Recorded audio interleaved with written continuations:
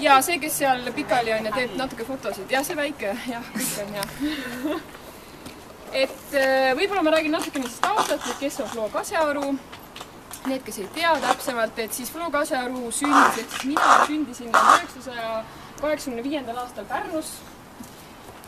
Ja 2004. aastal tulin Tallinnasse õppima kunstiakadeemiasse maalikunsti. Ja juba siis, kui ma tulin õppima, ma teadsin, et meie siin esivanematel ja suguvõsal peaks olema siin Pelgu linnas kusagil mingi maja, mida kusagil äkki saame kunagi sundüürnike käest tagasi ja siis oleks võimalus nagu nii-öelda selles majas elada.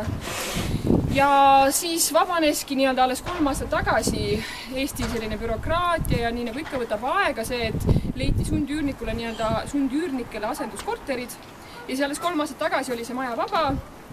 Ja siis, aga me sattusime ka emaga juhuslikult seal jalutama ja leidsime selle maja eest tühjana, ehk siis linn ei olnud meile teatanud, kui olid sundüürnikule need olid uued korterid leitud ja see majas olid vahepeal ka vargad käinud, olid teinud maja väga tühjaks, kõik metallikangud on ahjude eest niimoodi ära, et ahjud kukkusid sisse, elektrijuhtmed ja torud, et kõik oli nii-öelda nagu selline ära lagastatud, et see maja ei olnud väga elamiskõlblik. Aga mina ikkagi sellise, nagu ei tahtnud enam seal lühika 8 ruutmeetri peal elada ja tahtsin väga siia sisse tulla, see oli küll meenutus alguses niisugust tondilossi. Ja siis ma otsisin kiirelt nii-öelda kunstiakadeemiast veel sõpru ja sellised inimesi, kes oleksid nõus siin elama. Ja leidsin, hakkasime vaikselt niimoodi korter haaval niimoodi korda tegema, elamiskõlblikuks. Ja siis ongi, et tänane situatsioon on see, et igas korteris nii-öelda elab keegi ja maja on nii-öelda täis.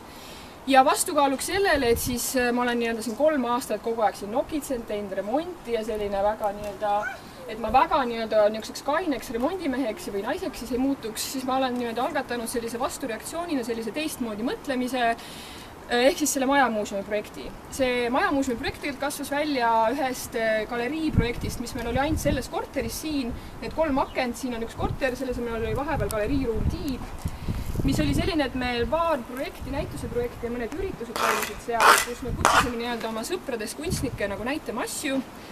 Tahtsime tegelikult, et nad suhestuksid ka rohkem selle nii-öelda koha spetsiifikaga siin ja rajooniga, aga ikkagi juhtus see, et nad lihtsalt tõid oma töid ja panid nagu välja.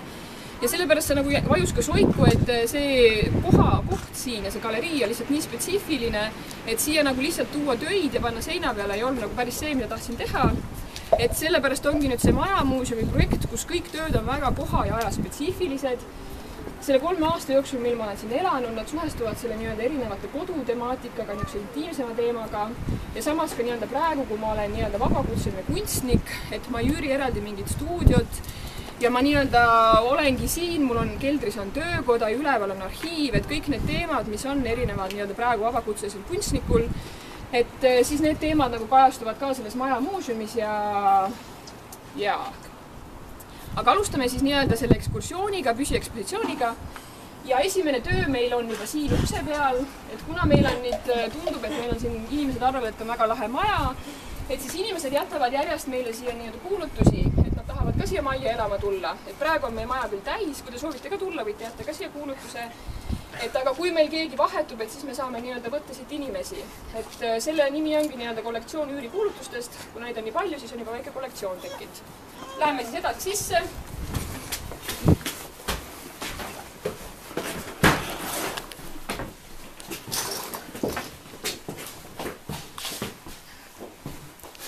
Tuleme siia poole.